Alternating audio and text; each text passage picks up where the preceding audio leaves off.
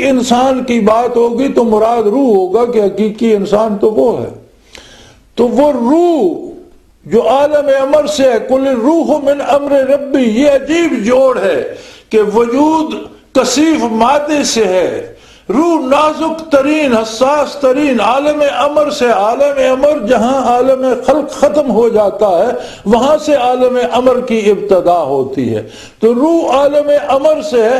اب یہ جو تجلی باری ہے یا یہ جو روح ہے جسے اللہ نے کیسے پیدا کیا، قل الروح من امر ربی وما اوتیتم من العلم الا قلیلا، آپ فرما دیجئے کہ روح امر ربی سے. اب امر ربی سے اس کی تخلیق کیسے ہوئی؟ وما اوتیتم من العلم الا قلیلا، انسان کو اتنا علم نہیں دیا گیا، انسان کے پاس بہت کم علم ہے. اس اگلی بحث میں انسان کو پڑھنے کی جرات نہیں کرنی چاہیے، اسے وہ سمجھ ہی نہیں سکتا.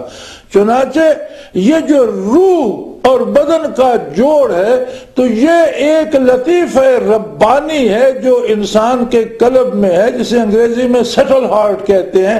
اسی دل کے اندر یہ جو پمپنگ مشین دل ہے، اس کے اندر ایک لطیفہ ربانی ہے جسے قرآن قلب کہتا ہے. فرمایا ظاہر وجود سے، مادی وجود سے لے کر اس لطیفہ ربانی تک ہر چیز اللہ کا ذکر کرنے لگ جاتی ہے. ثم تلین جلودہم وقلوبہم الی ذکر اللہ، یہ ایک نگاہ مصطفیٰ صلی اللہ علیہ وسلم کا صدقہ ہے. اور بعثت رحمت عالم وسلم کی جب بات آتی ہے تو دعوت اس طرف ملتی ہے کہ آؤ اپنی روح کو حیات بخشو، آؤ محمد الرسول اللہ صلی اللہ علیہ وسلم کی دعوت کو قبول کرو اور سر تسلیم خم کر دو. بارگاہ نبوت میں سر تسلیم خم ہے، جو مزاج یار میں آئے، جو عطا ہو وہ لے لو، جس سے روک دے وہ وہاں سے رک جاؤ. تو یہ دراصل اسلام یہ ہے. اب ہمارا مسئلہ یہ ہے کہ ہم کلمہ بھی پڑھتے ہیں، بعض اوقات ہم نمازیں بھی پڑھتے ہیں، لیکن ہماری عملی زندگی اتباع رسالت سے محروم رہتی ہے. ہم لین دین میں جھوٹ بول جاتے ہیں، بات کرنے میں جھوٹ بول جاتے ہیں، دیانت و امانت میں ہم پورے نہیں اترتے. یہ کیوں ہوتا ہے؟ یہ اس لیے ہوتا ہے کہ ہم زبانی تسلیم کرتے ہیں، زبان ہماری ذکر خیر کرتی ہے، کان ہمارے ذکر خیر سنتے ہیں، لیکن وہ لطیفہ ربانی جسے قلب کہا گیا، تلینو جلودہم و قلوبہم، بدن سے لے کر نہا خانہ دل تک وہ جو قلب ہے وہ آشنا نہیں ہوا. ہمارے کانوں نے سنا، ہمارے دماغ نے تسلیم کر لیا، یا اللہ کی عطا سے ہم مسلمان گھروں میں پیدا ہوئے اور والدین سے وراثتاً ہمیں اسلام مل گیا، لیکن جو لطیفہ قلب ہے وہ جو ہمارے پہلو میں دھڑک رہا ہے، اس کے اندر جو لطیفہ ربانی ہے، نہ اس پر چوٹ پڑی، نہ اس نے آنکھ کھولی، نہ وہ جاگا، نہ اس نے محمد الرسول اللہ صلی اللہ علیہ وسلم کو دیکھا، نہ اس نے آپ کی بات سنی، نہ وہ آپ پر ایمان لایا، نہ وہ روشن ہوا کہ وہ ہمیں مجبور کر دیتا محمد الرسول اللہ کی اطاعت پر، اتباع پر. یہ دل جو ہوتا ہے، یہ قلب جو ہوتا ہے، یہ حکمران ہے بدن کا، دماغ اس کا وزیر ہے. فیصلے قلب کرتا ہے، فیصلے دل کرتا ہے، دماغ کو حکم دیتا ہے. دماغ اعضاء و جوارح کو، ہاتھ پاؤں کو، آنکھوں کو، کان ناک کو، ہر چیز کو، اعضاء و جوارح کو اس کی تعمیل ارشاد کا حکم دیتا ہے. پورا بدن اس کی تعمیل پہ کمر بستہ ہو جاتا ہے. تو یہ جو فیصلہ کرتا ہے، یہ جو حکم صادر کرتا ہے، یہ جو بادشاہ ہے، جب تک یہ محمد الرسول اللہ کی غلامی تسلیم نہیں کرتا، انسان کے قول اور فعل میں تضاد رہتا ہے. وہ زبانی کچھ کہتا ہے، عملاً کرتا کچھ اور ہے. بات نیکی کی کرتا ہے، قدم اس کے گناہ کی طرف بڑھتے ہیں. بات نیکی کی کرتا ہے، ہاتھ برائی کی طرف بڑھتے ہیں. بات نیکی کی، بات حیا کی کرتا ہے، آنکھیں بے حیائی دیکھتی ہیں. بات حیا کی کرتا ہے، بات عدل کی کرتا ہے، بات دین کی کرتا ہے، کان اس کے بے دینی اور آوارگی سنتے ہیں. ایسا اس لیے ہوتا ہے کہ یہ جو دل ہے یہ آشنا نہیں ہوتا. جب حضور نبی کریم دار دنیا میں جلوہ افروز تھے تو جو نگاہ پاک کے سامنے آیا اور اس نے ایمان قبول کیا یا ایمان قبول کر کے ایک نگاہ میں نہا خانہ دل تک ہر چیز منور ہو گئی. جب حضور صلی اللہ علیہ وسلم نے دنیا سے پردہ فرمایا تو دنیا میں فقیہ قرآن بھی آپ سے عطا ہوا، مفسر بھی آپ صلی اللہ علیہ وسلم تھے، محدث بھی، حدیث بھی آپ ہی کا ارشاد ہے۔ واہ کیا شان رسالت ہے اور کیا عظیم ہستی ہے کہ جو بولتا ہے تو یا قرآن ہے یا حدیث ہے، جو ارشاد فرماتا ہے، لب ہائے اطہر سے جو ارشاد ہوتا ہے، زبان مبارک سے جو کچھ آتا ہے، ما ینطق عن الہوی ان ہوا الا وحی یوحی، اپنی پسند سے میرا حبیب کچھ ارشاد نہیں فرماتا، کچھ نطق نہیں فرماتا، جو ارشاد فرماتا ہے وہ اللہ کی طرف سے ہوتا ہے، جو فرماتا ہے یا وہ وحی مطلب ہوتی ہے قرآن کریم ہوتا ہے، یا وحی غیر مطلب ہوتی ہے حدیث پاک ہوتی ہے۔ جب حضور نے دنیا سے پردہ فرمایا تو پھر کوئی دوسرا محمد الرسول اللہ کا ثانی نہ تھا، نہ ہے، نہ ہوگا۔ چنانچہ علوم تقسیم ہوئے اور ان بڑے عظیم بندوں نے، کسی نے تفسیر کا بیڑا اٹھایا، کسی نے حدیث کا بیڑا اٹھایا، کوئی فقیہ کہلایا، دین کے شعبے بن گئے، مختلف مدارس بنے، مختلف ادارے بنے، مختلف لوگ ایک ایک کام کو لے کر میدان عمل میں آئے اور تعلیمات نبوی کا تسلسل جاری رہا۔ انہی میں ایک شعبہ وہ بھی تھا، اہل دل کا بھی تھا، جنہیں صوفی کہا گیا، جس فن کو تصوف کہا گیا۔ وہ فن بھی صحابہ ہی سے وجود میں آیا، صحابہ کرام سارے منور القلوب تھے، صحابہ کی صحبت میں جو بیٹھا تابعی وہ بھی منور القلوب ہو گیا، تابعی کی صحبت میں جو بیٹھا وہ بھی منور القلوب ہو گیا۔ یہ تین طبقے جن کو حضور صلی اللہ علیہ وسلم نے فرمایا تھا خیر القرون کرنی ثم الذین یلونہم ثم الذین یلونہم، میرا زمانہ سب سے مبارک ہے، پھر جو اس کے ساتھ ہیں، جو اس کے ساتھ ہیں۔ یہ تین طبقے خیر القرون کے تھے جو روشنی سے روشنی پکڑتے چلے گئے، جن میں استعداد تھی حضور کی رفاقت کے لیے۔ صحابہ کرام بھی اللہ نے چن چن کر لوگ پیدا کیے تھے، ان کی رفاقت کے لیے بھی چنے ہوئے لوگوں کو، خوش قسمت لوگوں کو ان کی رفاقت نصیب ہوئی، اور اللہ کے چنے ہوئے لوگ تبع تابعین میں بھی آئے۔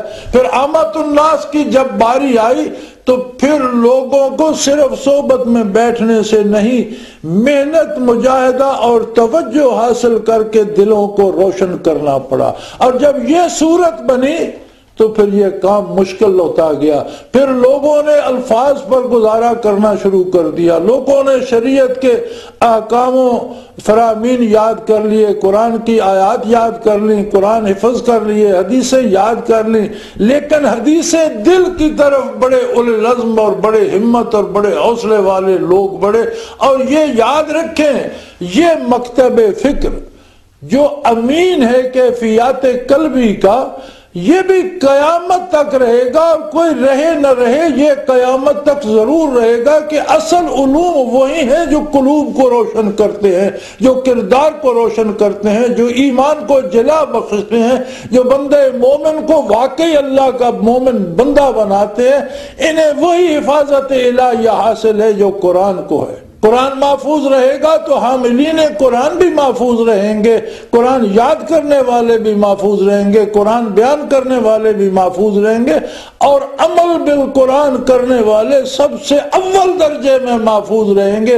اور صوفی جو ہوتا ہے وہ سب سے اول درجے میں اتباع دین اور اتباع قرآن اور اتباع حدیث کرنے والا ہوتا ہے۔ وہ بھی فرشتہ نہیں ہوتا، انسان ہوتا ہے، اس سے غلطیاں ہو سکتی ہیں، لیکن اس کی بنیادی پہلی اور آخری کوشش یہ ہوتی ہے کہ ہر حال میں محمد الرسول اللہ صلی اللہ علیہ وسلم کی ہر ادا کی پیروی کی جائے، ہر ارشاد کی پیروی کی جائے، ہر لفظ کو حرز جاں بنایا جائے، ایک ایک نگاہ پر نچھاور ہوا جائے۔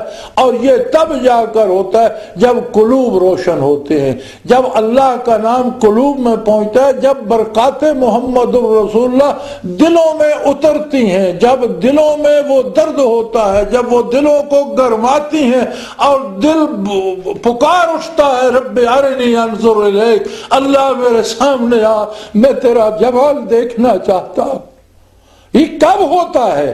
جب تجلی اعتباری دلوں کو گرماتی ہیں، ان میں محبت الہی کو جذب عشق تک اور عشق کو جذب جنوں تک لے جاتی ہیں، اور وہ بے خودی میں پکار اٹھتا ہے کہ اے میرے وہم و گواں سے بالا تر، اے میری نگاہ اور عقل سے بالا تر، اب میرے سامنے آ، میں تیرا دیدار کرنا چاہتا، رب ارنی انظر الیک، اللہ مجھے اپنا جمال دکھا۔ وہ جمال باری کا طالب اور شہدا ہو جاتا ہے۔ یہ ساری نعمتیں ملتی ہیں حضور اکرم صلی اللہ علیہ وسلم کے قدوم مبارک سے اور آپ کے قدم مبارک سے، اور یہ اتنی عظیم نعمت تقسیم ہوئی کب؟ جب محمد الرسول اللہ صلی اللہ علیہ وسلم مبعوث ہوئے۔ مجھے حیرت ہوتی ہے کہ آج ہم نے بعثت عالی کا تو تذکرہ ہی چھوڑ دیا، ولادت باسعادت کا تذکرہ ہم کرتے ہیں، بہت کرتے ہیں، اور میں یہ نہیں کہتا نہ کیا جائے، ضرور کیا جائے، بے شمار کیا جائے، لیکن یاد رہے ولادت باسعادت تو حضور مجسم رحمت عالم ہے، اللہ کی رحمت مجسم ہے۔ ولادت باسعادت سے حیات تقسیم ہوتی ہے، رزق تقسیم ہوتا ہے، اولاد تقسیم ہوتی ہے، مادی برکات ملتی ہیں۔ وہ برکات حاصل کرنے میں کافر بھی برابر کا شریک ہے، اور قیامت کو اسی کا جواب دے گا کہ اللہ کی نعمتیں تو حاصل کرتا رہا، اللہ کا شکر ادا کیوں نہیں کیا، اس کو مانا کیوں نہیں، اس کی اطاعت کیوں نہیں کی۔ بندے مومن کو ایک خصوصیت حاصل ہے، اور وہ خصوصیت متعلق ہے بعثت محمد الرسول اللہ صلی اللہ علیہ وسلم سے۔ جب آپ مبعوث ہوئے، نور نبوت تقسیم ہونا شروع ہو گیا۔ نبوت چھپانے کی چیز نہیں، نبوت بتانے کی چیز ہے، اعلان کرنے کی چیز ہے، عام کرنے کی چیز ہے۔ حضور جب نبی ہوئے تو صحابہ کرام صحابی بن سکے۔ حضور جب نبی ہوئے، نور نبوت تقسیم ہوا تو دلوں میں نور آیا، دلوں میں روشنی آئی، انسانی قلوب میں عشق الہی آیا، جذبات محبت آئے، اور اتباع رسالت کا وہ جذبہ جمع ہوا کہ لوگوں نے دنیا کا ہر دکھ گوارا کر لیا، محمد الرسول اللہ کی نافرمانی گوارا نہ کی، اور اپنی جانیں نچھاور کر دیں، گھر قربان کر دیے، وطن چھوڑ دیے، مہاجر ہو گئے، بدر و احد میں داد شجاعت دی، اپنے بیٹے قربان کیے، ماؤں نے بیٹے قربان کیے، بہنوں نے بھائی، بیویوں نے خاوند قربان کیے، اور زندگیاں نچھاور کر دیں، لیکن اتباع رسالت کے کمال کو حاصل کرنے کی کوششیں جاری رہیں۔ اور یہ قیامت تک رہے گا، اور بڑے خوش نصیب ہیں وہ جو بعثت عالی کو اپنا مقصد بنا کر برکات نبوت سے حظ وافر پاتے ہیں۔ جب تک یہ درد دل میں نہیں آتا، آپ عالم اسلام کی حالت عمومی نہیں دیکھتے۔ مسلمانوں کی حکومتیں ہیں لیکن نظام اسلام کے نہیں ہیں۔ کیوں؟ حکومت مسلمانوں کی ہے تو نظام محمد الرسول اللہ کا کیوں نہیں ہے؟ اس لیے کہ دماغ کلمہ پڑتا ہے، دلوں میں وہ درد نہیں آیا، دلوں میں وہ روشنی نہیں آئی، دلوں میں وہ نور نہیں آیا۔ بعثت عالی پر جو نور تقسیم ہوا اس سے دلوں کو حصہ نہیں ملا، جس کی وجہ سے دل اس سے محروم ہو کر بھٹکتے پھرتے ہیں، کبھی اس کونے میں جاتے ہیں، کبھی اس کونے میں جاتے ہیں، کبھی وہاں تلاش کرتے ہیں، کبھی وہاں تلاش کرتے ہیں۔ لیکن یہ بات یاد رکھیے، وَالَّذِي أَرْسَلَ رَسُولَهُ بِالْهُدَى وَدِينِ الْحَقِّ، اللہ وہ ذات ہے جس نے اپنے نبی کو ایسی نعمت دے کر تقسیم فرمایا کہ وہ خدا ہے۔ خدا عربی میں کہتے ہیں کسی بھی کام کے کرنے کا صحیح ترین طریقہ، لہذا جتنے کام کرنے کا حکم دیا ہے دین نے اور جتنے کاموں سے رکنے کا حکم دیا وہ صحیح ترین طریقہ ہے، اور فرمایا وہی کام اللہ کا اور اللہ کے نبی کا حکم سمجھ کر کرنا ہی تو دین حق ہے۔ یعنی اللہ نے اپنے نبی کو یہ کمال دے کر مبعوث فرمایا کہ جو کرنے کا حکم دیتا ہے یا جس سے روک دیتا ہے وہ خدا بھی ہے، دین حق بھی ہے، اور پھر یہ بھی فرما دیا یاد رکھو لِيُظْهِرَهُ عَلَى الدِّينِ كُلِّهِ، انسانوں کے بنائے ہوئے تمام ادیان پر اللہ اس کو غالب کرے گا اور ہمیشہ غالب رہے گا، یہ دب کر نہیں رہے گا، یہ غالب رہے گا۔ کیسے ہوگا؟ فرمایا کفا باللہ شہیدا، اللہ خود اس پر گواہ ہے، وہ قادر ہے، وہ اسے ہمیشہ غالب رکھے گا۔ عاملین دل ہمیشہ غالب ہوں گے، مغلوب نہیں ہوں گے۔ اور اگر کوئی مغلوب ہوگا تو اس کی حیات میں، اس کے افکار میں، اس کے کردار میں دیکھیں تو دین نہیں ہوگا، اتباع دین نہیں ہوگا، اس کی سوچیں دین سے خالی ہوں گی، اس کا عمل دین سے خالی ہوگا، اس کا کردار دین سے خالی ہوگا، اس کا دل نور نبوت سے، نور بعثت سے، برکات محمد الرسول اللہ سے خالی ہوگا۔ تو میرے بھائی، حاصل کرنے کی نعمت وہ ہے جو بعثت عالی سے متعلق ہے۔ یہ بہت بڑا انعام ہے بندہ مسلم پر، بندہ مومن پر، جو اللہ کریم کی طرف سے اسے عطا ہوا، اور یہ حقیقی نعمت ہے جو صرف ایک دروازے سے دستیاب ہوتی ہے، اور وہ دروازہ ہے محمد الرسول اللہ صلی اللہ علیہ وسلم کی بارگاہ کا۔ آپ کی جوتیوں میں یہ جواہرات بٹتے ہیں، آپ کی جوتیوں میں یہ جواہرات تقسیم ہوتے ہیں، اور کوئی دوسرا دروازہ ایسا نہیں ہے جہاں سے یہ نعمت پائی جا سکے۔ اگر آپ میں بھی، مجھے افسوس ہے میری صحت ساتھ نہیں دیتی اور میں زیادہ دیر بات نہیں کر سکتا، ورنہ بات بڑی مزے کی تھی اور اسے بڑا لمبا کیا جانا چاہیے تھا۔ اللہ کریم ان حروف کو قبول فرمائے۔ اگر آپ کو یہ شوق پیدا ہوا ہو، اگر آپ کے دل میں یہ سوال پیدا ہوا ہو، اگر آپ کا قلب، آپ کا نہا خانہ دل بھی یہ چاہے کہ کیسے یہ نور حاصل کرے، کہاں سے یہ نور حاصل کرے، تو چند لمحے، ایک آدھ منٹ خاموش ہو کر، آنکھیں بند کر کے اپنے دل کی طرف متوجہ ہو جائیں اور خیال فرمائیں کہ جب سانس اندر جاتی ہے تو لفظ اللہ اس کے ساتھ نہا خانہ دل میں جاتا ہے۔ آنکھیں بند کیجئے، توجہ قلب کی طرف کیجئے اور خیال کیجئے کہ جب سانس اندر جا رہی ہے تو لفظ اللہ نہا خانہ دل میں اتر رہا ہے، اور جب سانس خارج ہوتی ہے تو ہو خارج ہوتی ہے، اور ہو کی چوٹ قلب پر آ کر پڑتی ہے۔ باہر جو دائیں طرف پستان سے 2 انگل نیچے جہاں دل دھڑکتا ہے، چوٹ یہاں آ کر دل پر لگتی ہے، اندر لفظ اللہ دل میں اترتا ہے، سانس باہر خارج ہوتی ہے تو ہو خارج ہوتی ہے اور ہو کی چوٹ دل پر پڑتی ہے۔ چند سیکنڈ میرے ساتھ آنکھیں بند کر کے دل پر متوجہ ہو کے ذکر کیجئے، انشاءاللہ العزیز قلب روشنی پکڑے گا، دل روشن ہو جائے گا۔ آپ اسے کرتے رہیں گے تو اس میں آپ کو نور بعثت عالی اور نور نبوت نظر آئے گا۔ توجہ کیجئے اور خیال کیجئے۔